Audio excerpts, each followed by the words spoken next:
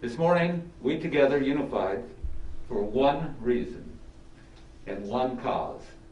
We will recognize the death of Cedric Lofton with a heartbreaking death and a tragic circumstance that occurred within our community. Our thoughts and prayers continue to go out to the family of Mr. Cedric Lofton.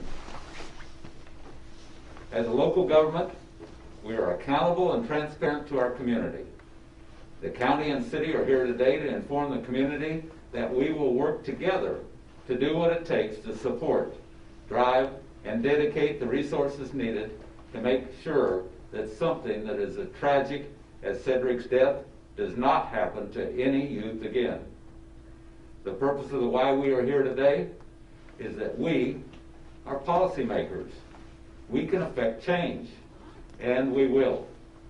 We will push to support youth mental health needs, policy change in our juvenile correction system, and also allocate the resources and funding that's needed from the county and the city as we learn more from our community task force that is dedicated to an end-to-end review of the circumstances of Cedric Lofton's death, as well as our existing youth correction systems, standards, and performance.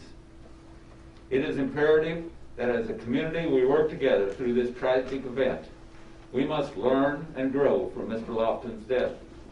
We owe it to our youth to help those adolescents who are struggling to find and get help. This time I'd like to turn it over to Commissioner Lopez and the other speakers. We will be available for questions following all the comments. Thank you. Commissioner Lopez.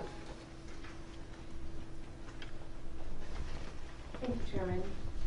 Last week, Linda Martin, Sedgwick County Director of Corrections, discussed putting together a community task force that will review the circumstances around Mr. Lofton's death. I'm happy that we're able to stand this unprecedented community task force up quickly. We have over 15 community members already committed to dedicate their time to review policies and procedures for DCF and JIAC, system standards from the Kansas Department of Corrections and Law Enforcement, as well as the physical layout of our facilities. We know the work that this group is tasked with will be very challenging, and so I want to personally thank everyone who was willing to take their time to be part of the solution going forward. We, as your elected leaders, are here to support changes and improvements brought to us by this task force. Having them complete this work while we are in our budget cycle will allow us to stand up additional resources to make these necessary changes. Both the city and county are ready to work with our state partners through this process. Governor Kelly has announced that she's standing up a review of Mr. Lofton's case with DCF, and we look forward to assisting them in any way that we can. But we must do better to address the needs, or the growing mental health needs within our juvenile correction system, and we will. Cedric needed to get help in a crisis and should not have been in a facility that had no one on staff that's a mental health professional. Last Friday, the Department of Corrections released their video in its entirety as the first step in being transparent while we address this monumental need in our community. We want to equip DCF, law enforcement, and corrections with the resources they need to help our youth in a time of crisis, which means that we need to consider a fuller range of responses. We recognize the system is complex, but the collaboration and work of this task force will be critical to making our juvenile justice system better for our youth. I can assure you that I, as well as everybody else sitting up here today, are committed to seeing policy changes that will ensure our children get the care they need and nothing like this will happen again. Together, we will find the right path forward. Now I'd like to invite Mayor Whipple to come to the podium and speak. Thank you. Thank you, Commissioner. And I would also just like to point out we do have Councilmember Hallheiser with us here as well. So good morning to everyone. The city is happy to join this meeting in support of the county and their establishment of a task force to facilitate a community review of the death of Cedric C.J. Lawton. The death of Mr. Lawton is a horrible tragedy that has been felt by our entire community. And we are unified in our dedication to help create systematic changes that lead to less situations like the one that we have all just went through. We are further dedicated to assisting with seeking out additional mental health services within our community. The need for expanded mental health care is abundant. but it's become clear that partner agencies must work to support the county in serving the mental health needs. This week, we traveled to our state capital to begin work on a shared community legislative priorities. The support of expansion of mental health is chief among them. We cannot allow the loss of someone experiencing a mental health crisis to occur again. Now is the time to rally together and support expanded funding, services, and community support for mental health. And with that, I will pass this over to Councilmember Johnson.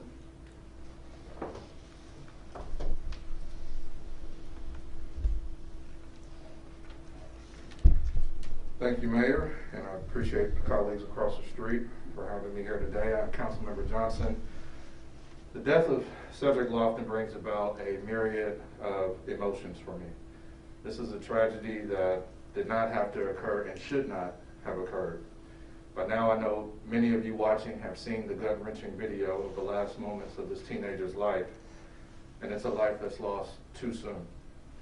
We've been hearing a great deal from our community about questions that need answers and continued calls for actions and change. And I want to say today that we do, in fact, hear you. We hear you loud and clear that we need systemic changes to better serve those who we represent. This is why we're here today. My colleagues and I support the county's efforts with the establishment of the community-led task force to review the steps leading up to this tragic loss and working with the community on substantive steps to improve our collective response to those in mental health crisis. To include supporting the county, I've also been talking with our city team about taking a serious look at reviewing our own current policy regarding young people under the age of 18 experiencing a mental health crisis being taken to a place of care prior to, or preferably in place of, a corrections environment. I also want to acknowledge that we continue to hear that a great many in our community are tired of press conferences, meetings, dialogues, and we continue to hear that policy, substantive change, and action are what needs to happen. Therefore, we are standing with our fellow electeds in support of this new task force and ready to act for the betterment of our community. We always strive to be a gold standard for our region, state, and nation. In this instance, as you can see, that did not occur. But we are committed to working toward that goal so a tragedy like this does not happen again in this city or county. We definitely hear you, and we are committed to doing better. This time, I'd like to invite Vice Mayor Tuttle up for a few words.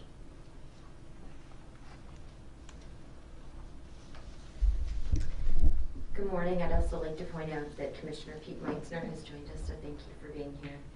The foundation of my career began as a school counselor and as an adolescent substance abuse counselor, so this is a topic that is near and dear to my heart, as it is many, and my heart is aching for our community and for the family. I have a commitment to mental health, and I have a long history of a career in public health, so I understand clearly that safe and healthy communities do not and will not happen by accident. This is the time that Wichita, the city, and the county should be leaning on the expertise of the mental health professionals and experts in the community to advise us on how to move forward with more support for community mental health.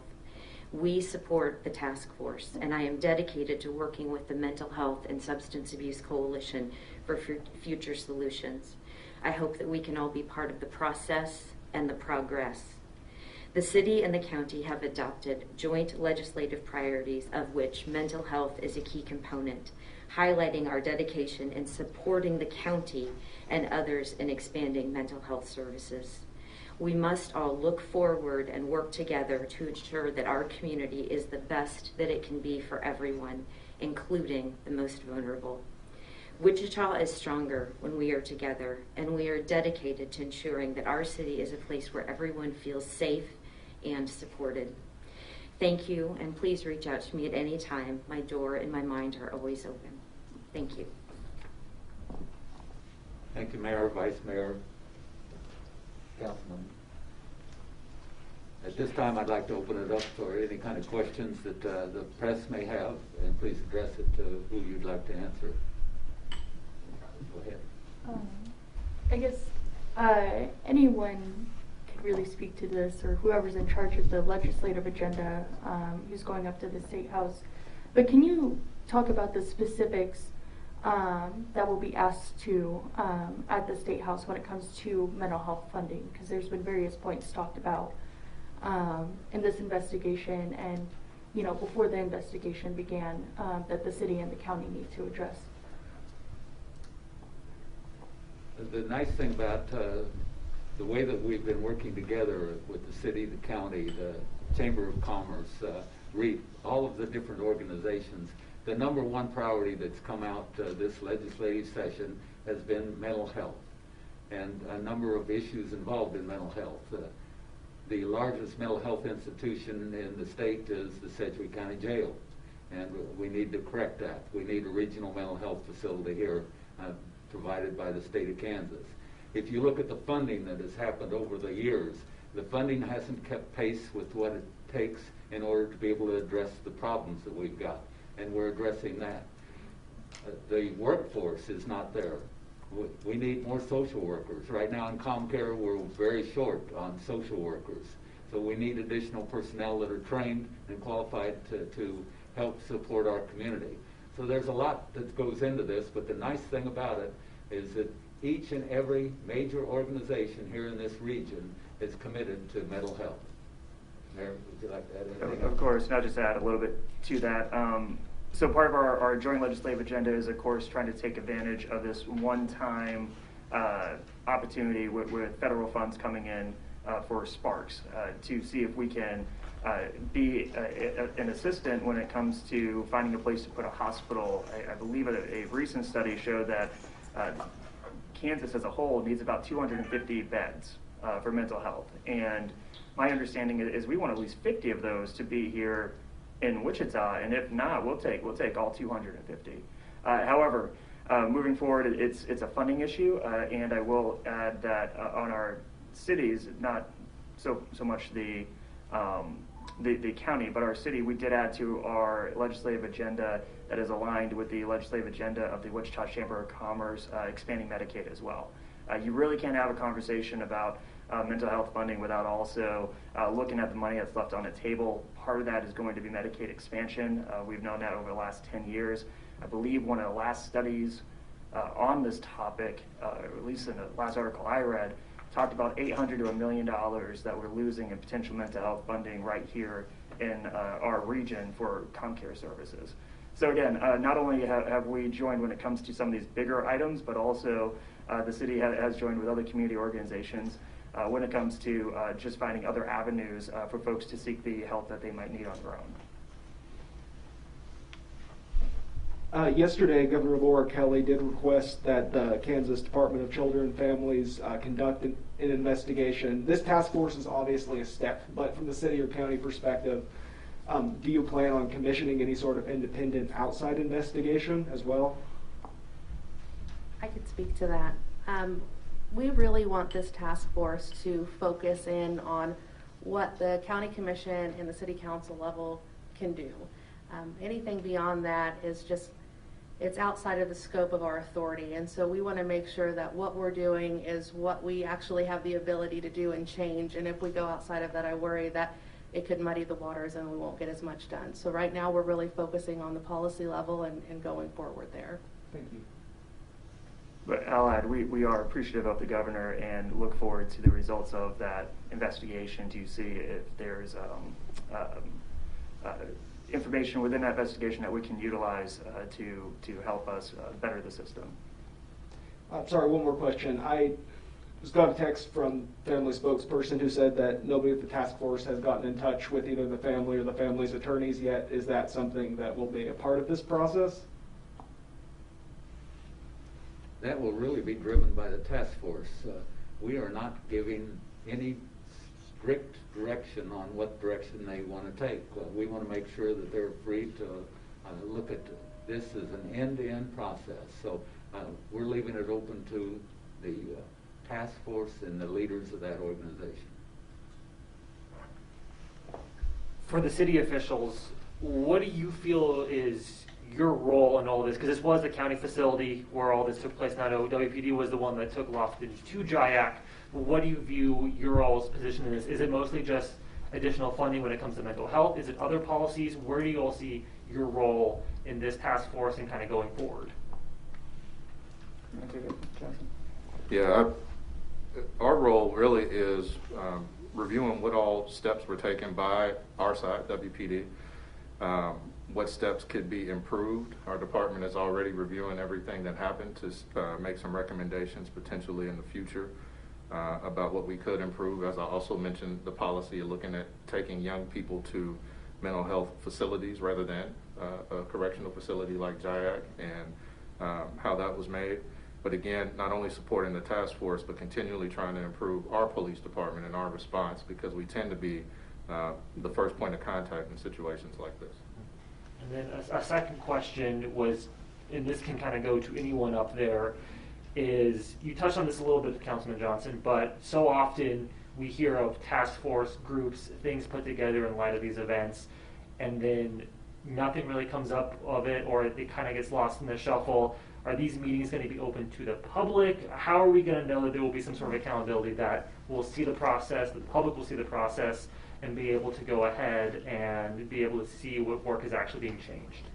So I can speak to the elected piece of it. I'll let Chairman Dennis and Chair Pro Tem Lopez talk about the task force. But you see the electeds here today, and I think the difference is, over the years as an activist, I've been a part of those meetings as well, where we want to see change and we don't see everything that we want or as quick as we want. But you have a group of electeds here that are dedicated to action at this point and doing a better job of communicating out. Oftentimes there are reforms that we just kind of do because it's right, and we don't communicate it out the best possible. So we're dedicated to doing that. You'll be hearing from us. But again, seeing us here today, working with our colleagues across the street, we are committed to making a difference this time. And I'll just jump in before we get to the county. We have a history of making reforms, not just having meetings about reforms. We've had police reform over my very first year during the social justice discussions. We look forward to continuing to make reforms. There were reforms made thanks to our activist community who have reached out and helped us throughout the years. Now, to the question about our role in this as a city, knowing that this was a county facility, in addition to what, not Vice Mayor, excuse me, what Councilmember Johnson said, is frankly, we're here to figure out how we can be the most helpful. So I think moving forward, is there an opportunity for us to utilize joint funding on programs such as ICT-1, which we already have a joint partnership with the county on? Should we be increasing that program? Is there other opportunities for us to utilize our influence as the city to try to, like we already mentioned, bring in some of those state dollars to our region?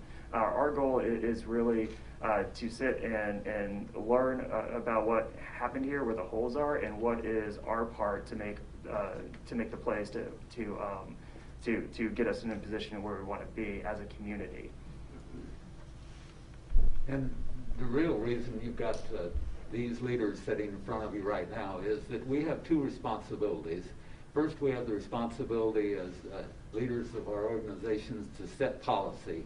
And so we have to review all the policies and find out what policies we may need to amend, to change, to delete, to add. So we have the ability to do that. We are a law-making organization. The second thing that is important is we also control the budget, because it doesn't matter what kind of rules and regulations or changes that we may need to make.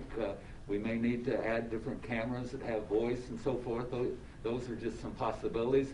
But anything that costs money, we also have the ability to affect that in our budget. So, and the timing is perfect right now because we're just now starting our next budget cycle. So we need to make sure that the results of this task force are made known early enough that we can include it in our 2022 budget. The other thing that's important right now is the legislature is in session currently. So each and every one of us lobby the legislature for different functions. And so that is critical that these governing bodies have a number of responsibilities. And so the timing is right for all of those things to come together right now. And these meetings will be open to the public. We are working with legal to figure out exactly what that's going to look like, but they will be open, so we are being transparent with our community.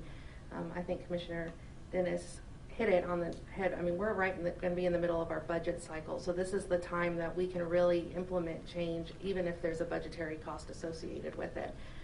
We're also creating a smaller group of electeds, which will be Commissioner Dennis, Councilmember Johnson, Hoheisel, and Fry, to meet together periodically to make sure that we're continuing to push this forward, and we're not going to let this drag on in any way, because it is so important to all of us at the city, at the county, at the state, and right now we have a willingness to have a collaboration between all three, and that's not something we've seen before. So we really are, I believe, on the right path to seeing some long-lasting systemic change, and I'm very thankful that we have so many community partners ready to be a part of this with us. So I understand part of this conversation is about mental health, but I also wanted to ask, are there any plans to address the prone position specifically? Absolutely. We want this task force to look, it's going to have two different things that we're going to be asking. One is to look specifically at CJ's case and everything that goes into that. And then the other will be the larger conversation around how we can do better going forward. So it's going to be two parts to this task force, but absolutely we are going to have those conversations to see what we can do better going forward. Thank you. I'm just curious, how were members of this task force, how are those stakeholders chosen? What would be the process for approving new or additional members, just because that announcement came out within an hour and a half of Bennett's decision as an announcement not to press charges. So it seems like it was either maybe possibly a pretty hasty decision, or somebody had heads up about the outcome. If that's not the case, I'm just curious what the process is, how it came about, just in the sake of transparency, if people could speak to that, please. So I think regardless of what DA Bennett put out, we were going to go this path, which is why we already had a list of organizations. We've reached out to community members to see what organizations would be a good fit for this, and we wanted to make sure that we took the decision on individually who was going to be on this task force off of us. So we had staff reached out to these organizations, asked them who they would want to see on that, and that's who we've placed on this committee. So it hasn't been any of us hand-picking a person, but we have helped with the selection of the organizations and then have the organization pick out who's going to sit on the task force. I think that helps for people. And each of you should have received this one-pager that designates what the purpose of the task force is, the goals, the work that they have. It has the memberships that are identified. Also, you'll see that there are some pending confirmations. It may not be 100% all-inclusive. These are the individuals that were identified by those organizations. We did not pick these individuals. We picked organizations, and the organizations identified the people that they wanted on that task force. In addition, we want to make sure that this task force is driven by the task force, so we added some support members that can provide information on what happens from the police department, corrections, KDOC, and DCF, so that they have the experts that are available to them in order to be able to go through and make recommendations to us. Thank you. Sorry, just asking about the legislative agenda again, because I know on the city side, at least, you know, it was passed before the DA made his decision. So is that agenda going to change a bit based off of, you know, the policy changes that the city and the county wants to see? I mean, it hasn't changed, or is it the same as before, I think? Has our legislative agenda changed since? For the specific asks of mental health funding, so. No, that legislative agenda was voted on and was presented to our legislative delegation. There hasn't been any further conversations, or not, conversations, further action from the bench taken on our legislative agenda. I think when we talk about mental health, though, and as we move forward, you know, we also want to be mindful of changing circumstances in Topeka as far as opportunities. If more opportunities present themselves, to be agile, so that we might be able to take advantage of some of these funding opportunities, even if it doesn't fit perfectly into what we might have been picturing when we passed our original agenda. So no, the agenda hasn't been taken up again. However, we are still going to pursue more mental health funding and more opportunities to help folks in our community who are going through a mental health crisis. And if you look at Sedgwick County's legislative agenda, I've been on the commission now for 5 years. Each year, behavioral health has been one of our legislative agenda items. We just haven't gotten very far with it. Hopefully this year, with some additional funding that's available from both the legislature, because they've got some additional money from ARPA possibly that might come down, hopefully we can start making some of the things happen that we've been asking for a number of years. I think I would just add to that you know, each of us has different experiences personally with mental health, and as we are talking to our members of the legislature tomorrow and Thursday, those different experiences will come up. Some of us have personal experiences in talking about how the system as a whole works. We know that more funding is needed. We know that more beds are needed, but maybe explanations as to why and that process and how long it takes to get help and where doors are open and where they're not. Those all conversations will likely happen because a number of us have had those personal experiences and want to see change. We've been talking about like the mental health crisis for the past several years at this point. So I guess how important is it to reach out and be in communication with these community partners to make change happen quickly? I'd like to address that if that's okay. We do have a mental health and substance abuse coalition that is representative of non-for-profits, for-profits, community advocates, true content experts in the field of mental health, and I'm pleased that I was recently appointed to represent the city along with Councilmember Ballard on that coalition, and I anticipate really not only having this task force provide guidance, but that coalition that has developed a strategic plan. They have 3 work groups that are very active, and leaning into people who do this. You know, I used to be a mental health professional years ago. I'm not anymore.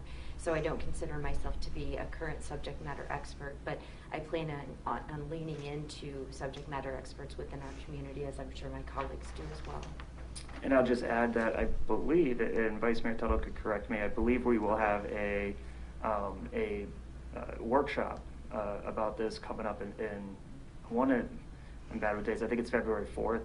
However, it's sometime in February, if not the 4th. In which we'll be discussing not just the content experts, but also experts in policy on what can we do moving forward to achieve some of these goals. And it's something that we've been working on as well. We've been trying to integrate social work graduate students into different departments within the city, and we've had a lot of success with our friends over at Wichita State University and Newman University as well. Rather that's working with housing or working with our homeless outreach team or working with our police as well.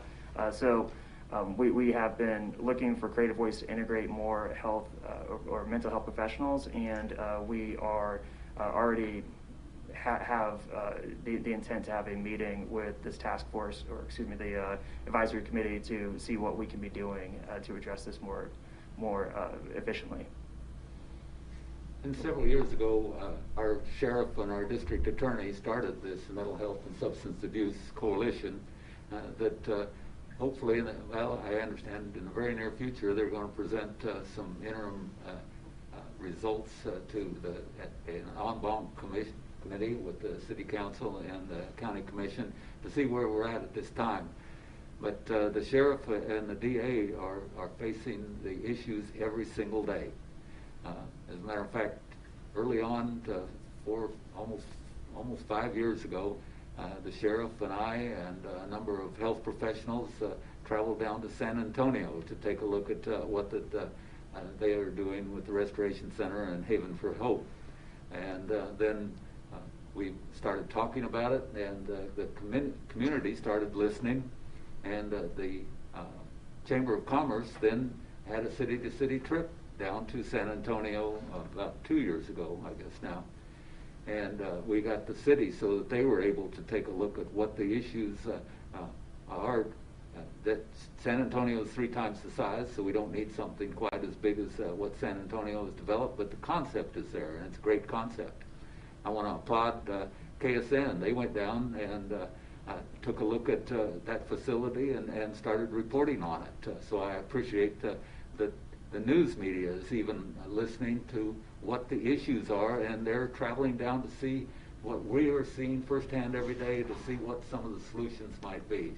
So hopefully with the Mental Health and Substance Abuse Coalition moving forward with the leadership of our sheriff and our district attorney, we can start affecting some change here in the future.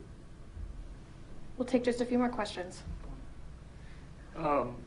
So it seems like there is a real commitment to making change here, from hearing you all speak just in the last week with this task force. But I think the question that I have, and I think a lot of the public has, is why did it take the death of a 17-year-old to get to this point? Were there any indications of issues beforehand that just hadn't been addressed yet? But why did it take this such tragic moment to really spur all this happening now? Why couldn't this happen sooner, I guess would be what a lot of people would ask.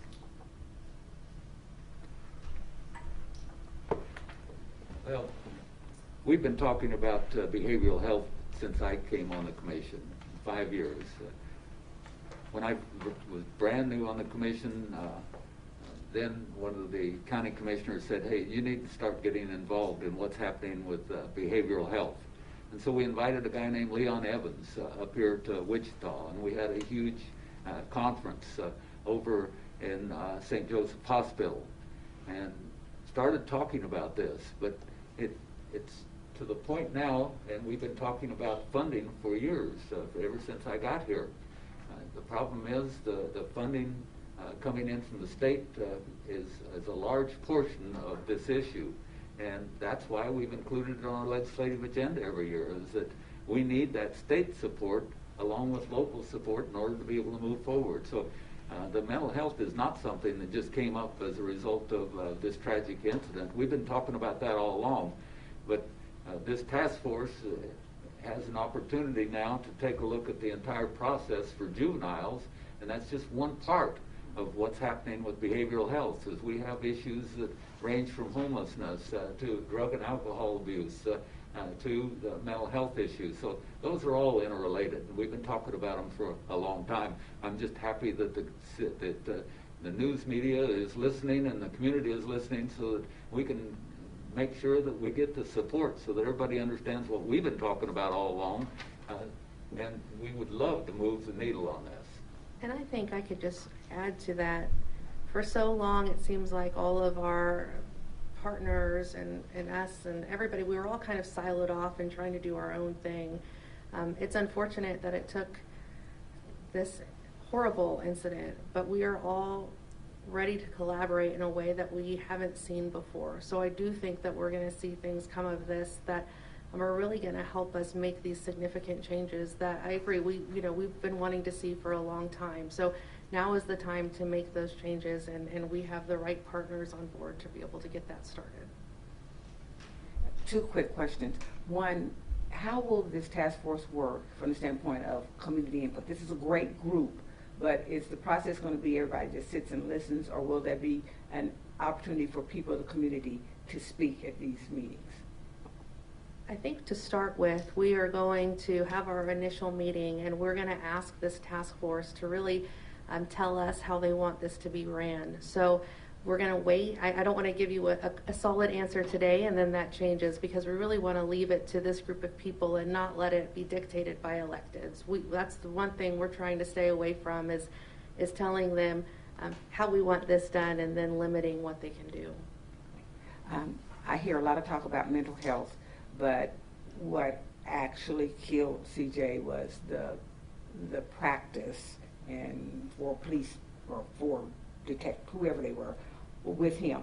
How do we see this task force looking beyond just JIAC to policies of police practices of restraints and just police practices in general in handling confrontations? So is it just going to say JIAC, or is this going to be something that might take a broader look at police practices? we're looking at the broad look. That's why that we have task force support members from the police department, from the Department of Corrections, from KDOC, and from DCF, because every one of those organizations had something to do with Cedric. So if you look at the task force members, there are no electeds on there. There are no appointeds. All the support is on there to provide them with the information that they're seeking. We don't want to drive this. We don't want it to look like the system is driving this task force. We want the task force to drive this, and we provide them the support that they need in order to be able to make recommendations so that we can find out if we need to add it to the budget or we need to change policy.